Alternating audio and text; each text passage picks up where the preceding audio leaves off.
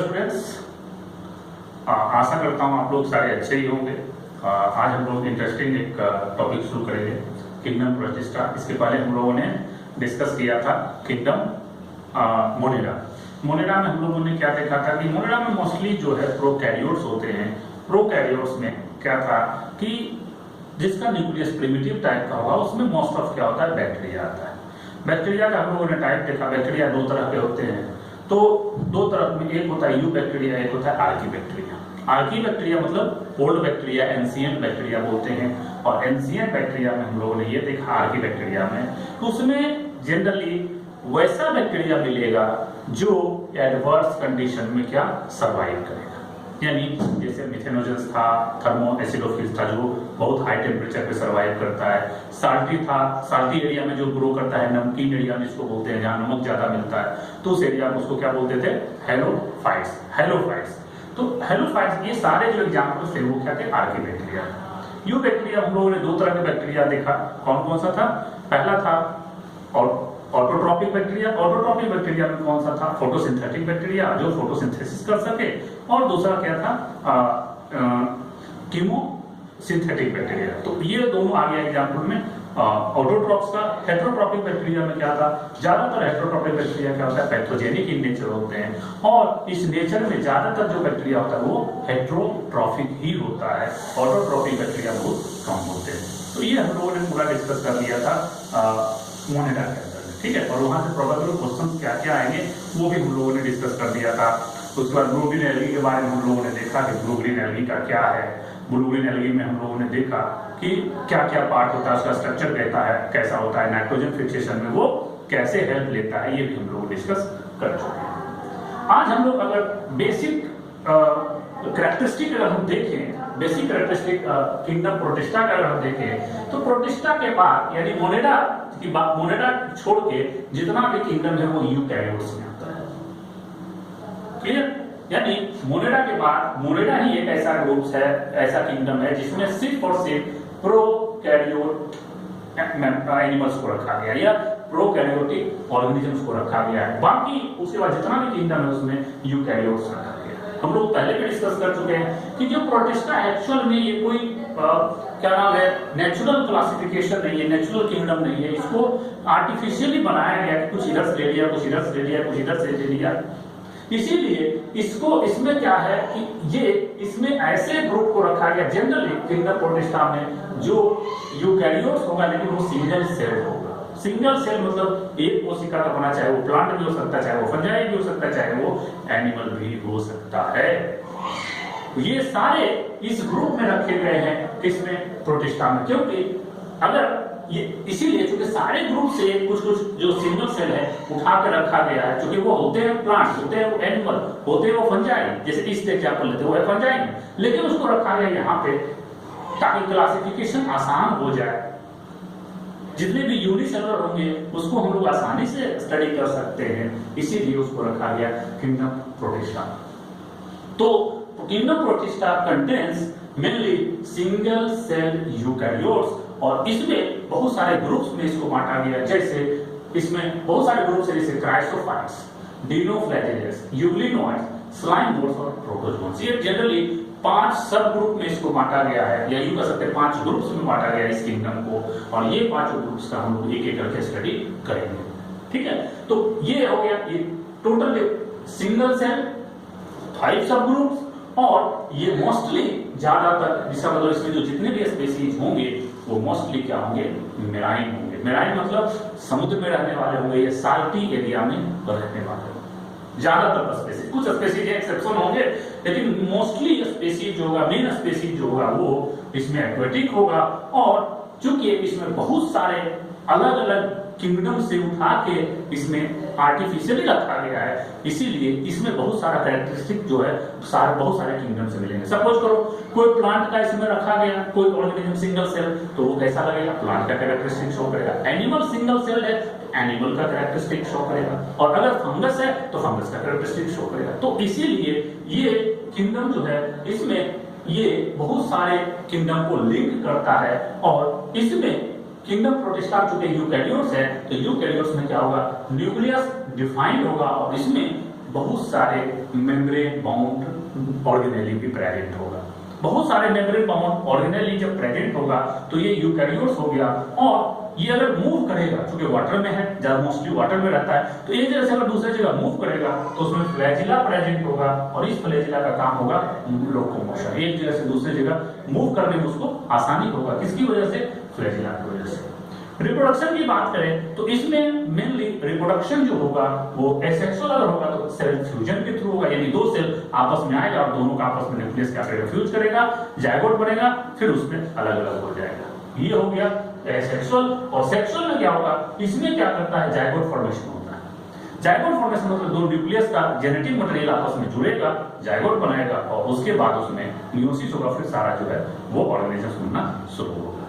ठीक है, तो ये रिप्रोडक्शन का टाइप्स है। अब हम बात करते हैं ग्रुप्स, जितने भी टाइप्स ऑफ ग्रुप्स इसमें बांटे गए ये 5, एक एक का स्टडी करना बहुत जरूरी है, कारण कि एक एक ग्रुप से क्वेश्चन बहुत ज्यादा पूछा गया, काफी क्वेश्चन आते हैं यहां से। तो पहला है क्राइसोफाइट्स। क्राइसोफाइट्स में मेनली दो ऑर्गेनिजम्स को रखा जाता है, यानी दो ग्रुप ऑफ ऑर्गेनिजम्स को रखा जाता है। पहला डायटम्स और दूसरा डेस्माइट्स। चूंकि ये डेस्माइट्स इसको गोल्डन एल्गी भी बोलते हैं, या डायटम्स और डेस्माइट्स दोनों को गोल्डन एल्गी बोला जाता है। ऐसा इसलिए बोला जाता है कि इस दोनों ऑर्गेनिजम्स जो होते हैं, इस ऑर्गेनिजम्स के अंदर एक तरह का पिगमेंट होता है जिसको डेस्मिडियम बोलते हैं। वो डेस्मिडियम होने की वजह से ये कैसा कलर देता है? Golden colour. इसीलिए इसको क्या बोलते हैं? Golden algae. सोना में जैसा दिखता है, इसका नाम दिया गया गोल्डन एल्गी। क्यों होता है? क्योंकि उसमें गोल्डन कलर का पिगमेंट होता है जिसका नाम है डेस्मिडियम। ठीक है, तो उसे हम लोग और भी बाद में स्टडी करेंगे कि क्यों ऐसा होता है।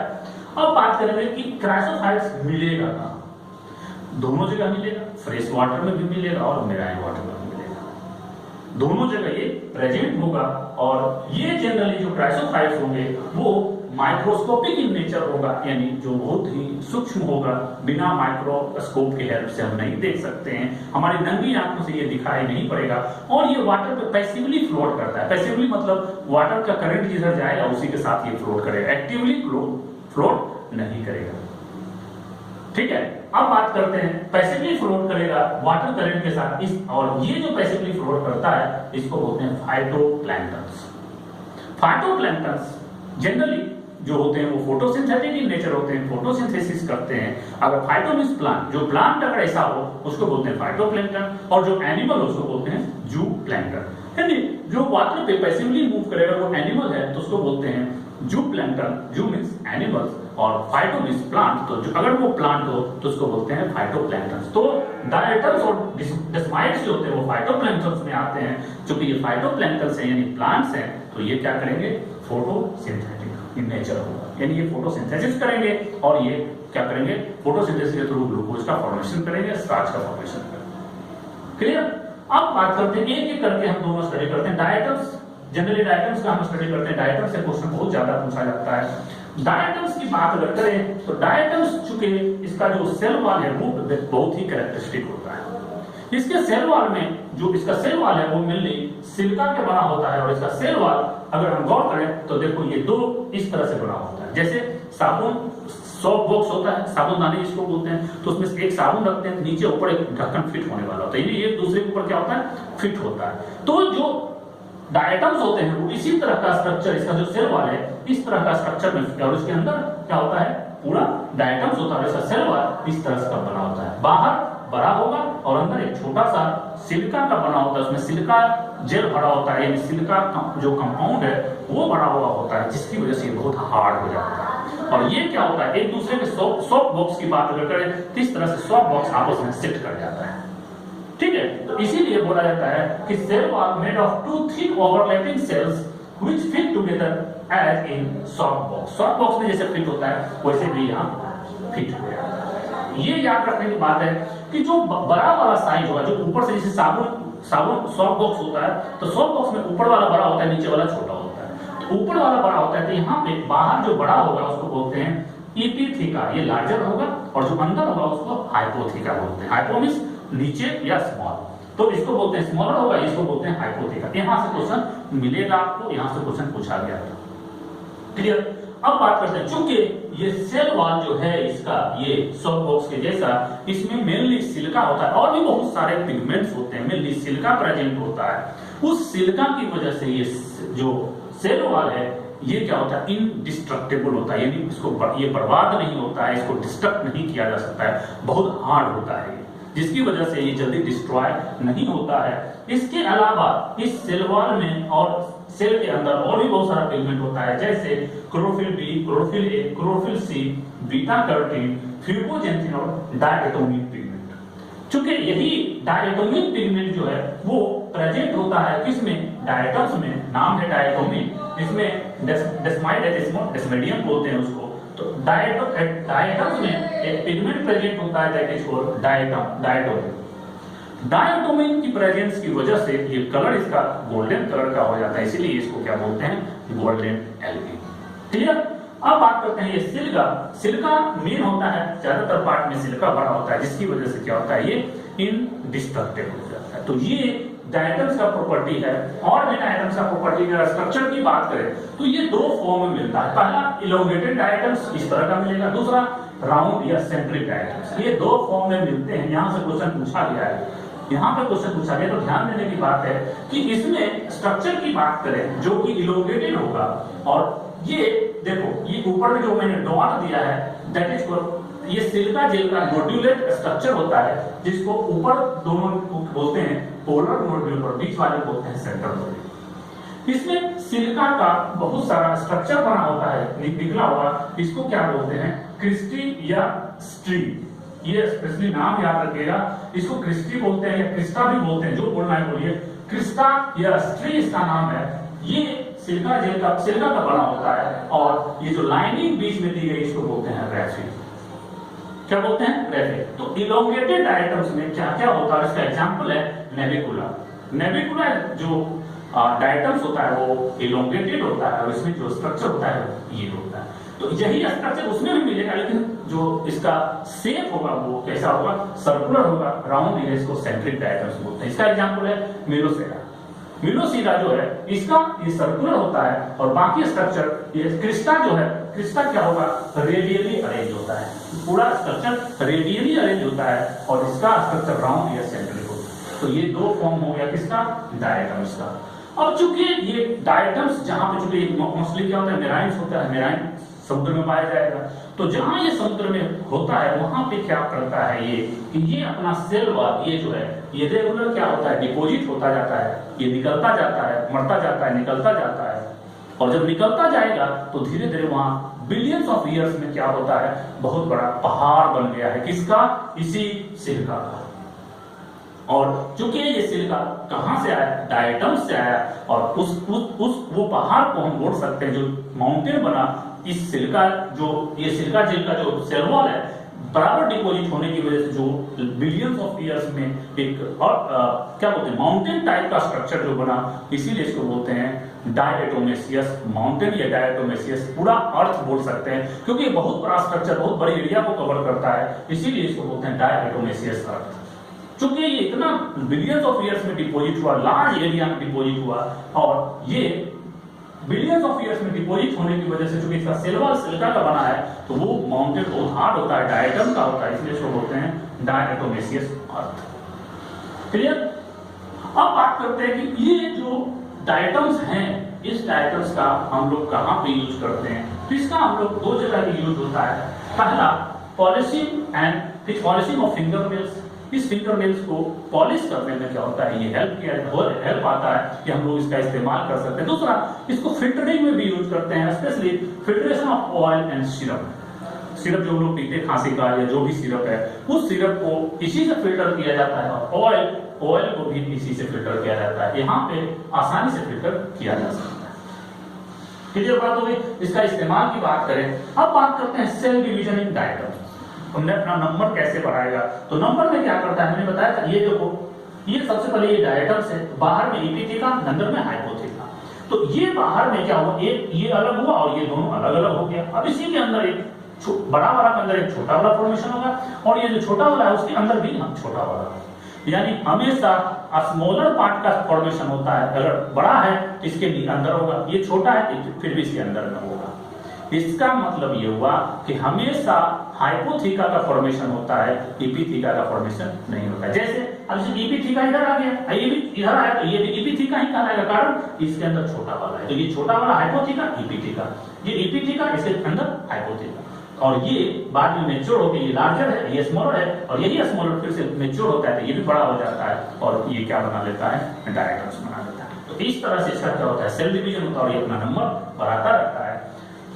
अब बात करें इसमें, अगर फूड, कौन सा फूड ये सिंथेसाइज करता है फोटोसिंथेसिस के थ्रू, कौन सा फूड इसमें रिजर्व फूड होता है, तो उस फूड का नाम है मेनली फैट एंड ग्लूटेन, या उस एक दूसरा है पायरिनोइड। पायरिनोइड जो होता है ये प्रोटीन और स्टार्च, प्रोटीन सेंटर पे रहता है, इसके चारों तरफ स्टार्च का कवरिंग रहता है, दैट इज कॉल्ड द पायरिनोइड। और अगर पायरिनोइड में स्टार्च एब्सेंट हो तो उसको क्या बोलते हैं, पायरिनोइड नेकेड। तो जब हम लोग एलगी पढ़ाएंगे, प्लांट किंगडम पढ़ाएंगे, तो वहां पर बताएंगे कि जो लोअर एलगी होते हैं उसमें क्या होता है, पायरिनोइड होता है, और पायरिनोइड में स्टार्च क्या होता है, एब्सेंट होता है। लेकिन जब आगे पढ़ते जाएंगे, जैसे रेड एलगी, ब्राउन एलगी में हम देखेंगे, तो वहां देखेंगे कि पायरिनोइड जो होगा वो नेकेड नहीं होगा, उसमें स्टार्च भी होगा, प्रोटीन भी होगा। तो इस केस में, डायटम्स के केस में पायरिनोइड जो होगा वो नेकेड होगा। बहुत इंपॉर्टेंट क्वेश्चन, यहाँ से नीट में क्वेश्चन आने की पॉसिबिलिटी है, और पूछा भी गया है कई बार, तो ये ध्यान रखना है। अब डायटम्स का एग्जांपल्स अगर लिखना हो तो ये तीन एग्जांपल्स आपको याद कर लेना है, सिंडेला, एम्फीप्लूरा एंड प्लूरोसीमा, ये तीन नाम है, आपको याद रखना है, यहां से क्वेश्चन आने की पॉसिबिलिटी बहुत ज्यादा। तो ये हो गया हमारा ओवरऑल क्या हो गया, डायटम्स। तो पहला ग्रुप था किसका, क्राइसोफाइट्स। क्राइसोफाइट्स में डायटम्स एंड डेस्माइट्स आता है, तो ये क्राइसोफाइट्स हम लोग डिस्कस पूरी तरह से करेंगे। दूसरा जो होता है दैट इज कॉल्ड डिनोफ्लैजिलेट्स। डिनोफ्लैजिलेट्स उसको बोलते हैं, इसका दूसरा नाम है फायर एल्गी। फायर एल्गी इसको इसलिए बोला जाता है क्योंकि इसमें जो केमिकल्स होते हैं वो जैसे ही वाटर के कांटेक्ट में आते हैं, वो क्या होता है, वहां पे कुछ ना कुछ रिएक्शन होता है जिसकी वजह से लाइट निकलती रहती है। तो यानी जहां पे डिनोफ्लैजिलेट्स होंगे, जहां भी डिनोफ्लैजिलेट्स होंगे वहां पे लाइटिंग होती रहती है, इसीलिए उसको क्या बोलते हैं, फायर एल्गी। फायर एल्गी क्यों बोलते हैं, ये समझ में आ गया। डिनोफ्लैजिलेट्स को फायर एल्गी बोलते हैं, और क्राइसोफाइट्स को दूसरा नाम दिया गया गोल्डन एल्गी। ये क्राइसोफाइट्स में गोल्डन एल्गी को, डायटम्स एंड डेस्माइट्स को बोलते हैं गोल्डन एल्गी। ये भी डिनोफ्लैजिलेट्स भी डायटम की तरह क्या होता है, मोस्टली मेराइन एंड फोटोसिंथेटिक होगा, सेम है दोनों, ठीक है। और कलर, इसमें कलर वेरी करता है, क्योंकि इसमें मोस्टली कलर क्या था, गोल्डन कलर का, लेकिन इसमें चूंकि अलग अलग पिगमेंट होगा तो अलग अलग कलर का क्या होगा, डिनोफ्लैजिलेट्स बनेगा। तो येलो हो सकता है, ग्रीन है, ग्रीन पिगमेंट है तो ग्रीन दिखेगा, येलो है तो येलो पिगमेंट होगा, ब्राउन है तो ब्राउन होगा, रेड होगा तो रेड पिगमेंट होगा। तो ये डिपेंड करता है कि उसमें किस तरह का पिगमेंट उसके सेल में प्रेजेंट है। तो डिनोफ्लैजिलेट्स का ये है, और भी इसका डिस्कशन है। तो ये डिनोफ्लैजिलेट्स का बेसिक कैरेक्टरिस्टिक है, और भी इसके बाद आएगा, ठीक है। तो ये डिनोफ्लैजिलेट्स में हम लोग देख रहे हैं कि जो फायर एल्गी बोलते हैं। डिनोफ्लैजिलेट्स की अगर हम बात करें तो डिनोफ्लैजिलेट्स को फायर एल्गी भी बोलते हैं, और इसका डिनोफ्लैजिलेट्स और डायटम्स में डिफरेंसेस क्या है, अगर ये हम देखें तो उसमें क्या था कि उसका जो सेल वॉल था उसमें मेनली सिलिका था, लेकिन यहाँ पे जो outer surface of cell wall है यहाँ पे क्या है, स्टिफ सेलुलोजिक प्लेट्स का बना होता है। यानी जो इसका सेल वॉल है वहां पे मेनली डायटम्स के केस में सिलिका का बना होता है, लेकिन यहाँ पे डिनोफ्लैजिलेट्स का जो सेल वॉल होता है outer surface specially, that is made up of stiff cellulosic plates. अब बात करें फ्लैजिला का, तो फ्लैजिला के केस में वहां पे क्या था, एंटीरियर एंड पे फ्लैजिला होता था, और वो इक्वल शेप का होता था। तो अगर इक्वल शेप का हो तो उसे आइसोकोन्ट बोलते हैं। क्या बोलते हैं, आइसोकोन्ट। तो इस केस में भी दो फ्लैजिला होता है। दो फ्लैजिला में अगर बात हम करें तो दोनों लगभग बराबर होता है, इसका जो शेप है, मतलब इसका जो साइज होगा, ये दोनों लगभग बराबर होगा। तो इसमें दो फ्लैजिला होगा और ये दोनों फ्लैजिला इक्वल होगा, इसलिए इसको बोलते हैं आइसोकोन्ट फ्लैजिला। और इसमें बाहरी देखो ये स्ट्रक्चर अगर हम देखें हैं किसका, डिनोफ्लैजिलेट्स का, तो डिनोफ्लैजिलेट्स में ये बाहर का जो लेयर है ये क्या होता है, कवर होता है सेल वॉल से, और इसी के बीच से एक जो है ट्रांसवर्स फ्लैजिला और एक लॉन्गिट्यूडिनल फ्लैजिला। एक ट्रांसवर्स अगर ऊपर से नीचे आए उसको ट्रांसवर्स बोलते हैं, और हॉरिजॉन्टल अगर हो तो इसको बोलते हैं क्या, लॉन्गिट्यूडिनल। तो एक ये क्या है ट्रांसवर्स और ये क्या है लॉन्गिट्यूडिनल। तो लॉन्गिट्यूडिनल फ्लैजिला और एक ट्रांसवर्स फ्लैजिला दोनों इक्वल होगा, यानी ये जो फ्लैजिला होगा इक्वल साइज का होगा, ठीक है। तो इक्वल साइज का होगा, और ये फ्लैजिला क्या होगा, इसको मूवमेंट में हेल्प करेगा, स्विमिंग करने में या लोकोमोशन में क्या करेगा, इसको हेल्प करेगा। अब इसी से रिलेटेड बहुत इंपॉर्टेंट क्वेश्चन है, वो है रेड टाइड से। क्योंकि जहां पे डायटम्स होता है, तो जब डायटम्स डिवाइड करता है तो बहुत सारा, चूंकि ये मोस्टली मेराइन्स होते हैं, समुद्र में मिलते हैं, तो वहां पे ये क्या करता है कि जहां पे ये डिवीजन करता है, तो डिवीजन करने की वजह से इसका नंबर बहुत ज्यादा होता है, और इसमें जो पिगमेंट प्रेजेंट होता है वो पिगमेंट की वजह से ये रेड दिखता है। और चूंकि डिनोफ्लैजिलेट उसमें रेड पिगमेंट प्रेजेंट होगा, और उस रेड पिगमेंट की वजह से चूंकि डिवीजन बहुत ज्यादा है तो नंबर बहुत ज्यादा होगा, तो वहां का जो समुद्र है या सी है रेड दिखता है, इसीलिए इसको क्या बोलते हैं, रेड टाइड्स। रेड टाइड्स मतलब जो समुद्र का जो हल्का सा लेयर होता है वो लगेगा कि पूरा का पूरा लाल हो गया है। क्यों? Due to the large population या large number of red dinoflagellates, इसीलिए इसको क्या बोलते हैं, रेड टाइड्स। और रेड टाइड्स बनाने के लिए जो डिनोफ्लैजिलेट्स रिस्पॉन्सिबल होता है, दैट इज कॉल्ड गोनियोलैक्स। याद रखना, ये बहुत इंपॉर्टेंट है, एम्स और नीट दोनों में पूछा गया, 2018 में भी पूछा गया है और 2019 में भी पूछा गया। तो ये बहुत इंपॉर्टेंट है, गोनियोलैक्स से पूछा जाता है कि रेड टाइड्स बनाने के लिए कौन सा क्या रिस्पॉन्सिबल होता है, डायटम्स, डिनोफ्लैजिलेट्स। एक तो ये बनाएगा, दूसरा बनाएगा कि कौन सा डिनोफ्लैजिलेट का स्पेसीज होगा। अगर एम्स का लेवल होगा तो उसमें अलग अलग लिख देगा। तो याद रखना, ये गोनियोलैक्स होता है जो रेड टाइड्स के लिए रिस्पॉन्सिबल होता है। अच्छा, अब बात करें पिगमेंट की, तो इसमें जो पिगमेंट होता है वो क्लोरोफिल बी नहीं होता है। Chlorophyll B mainly higher plants में होते हैं, या यूं कह सकते हैं प्लांटेई ग्रुप में होते हैं। इसमें क्लोरोफिल बी एब्सेंट होता है डिनोफ्लैजिलेट्स में, क्योंकि डायटम्स में क्या था, क्लोरोफिल बी प्रेजेंट होता था, इसमें क्या है, एब्सेंट है।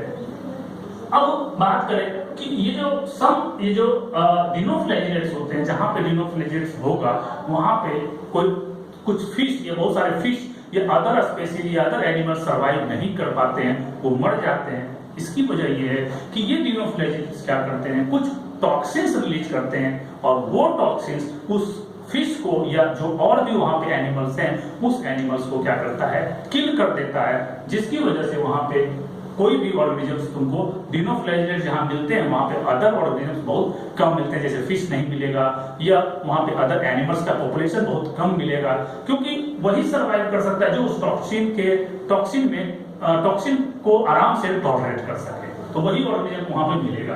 तो जनरली जहां पे डिनोफ्लैजिलेट्स होते हैं वहां पे फिश की स्पेसीज कम मिलती है और अदर एनिमल्स की स्पेसीज कम मिलती है।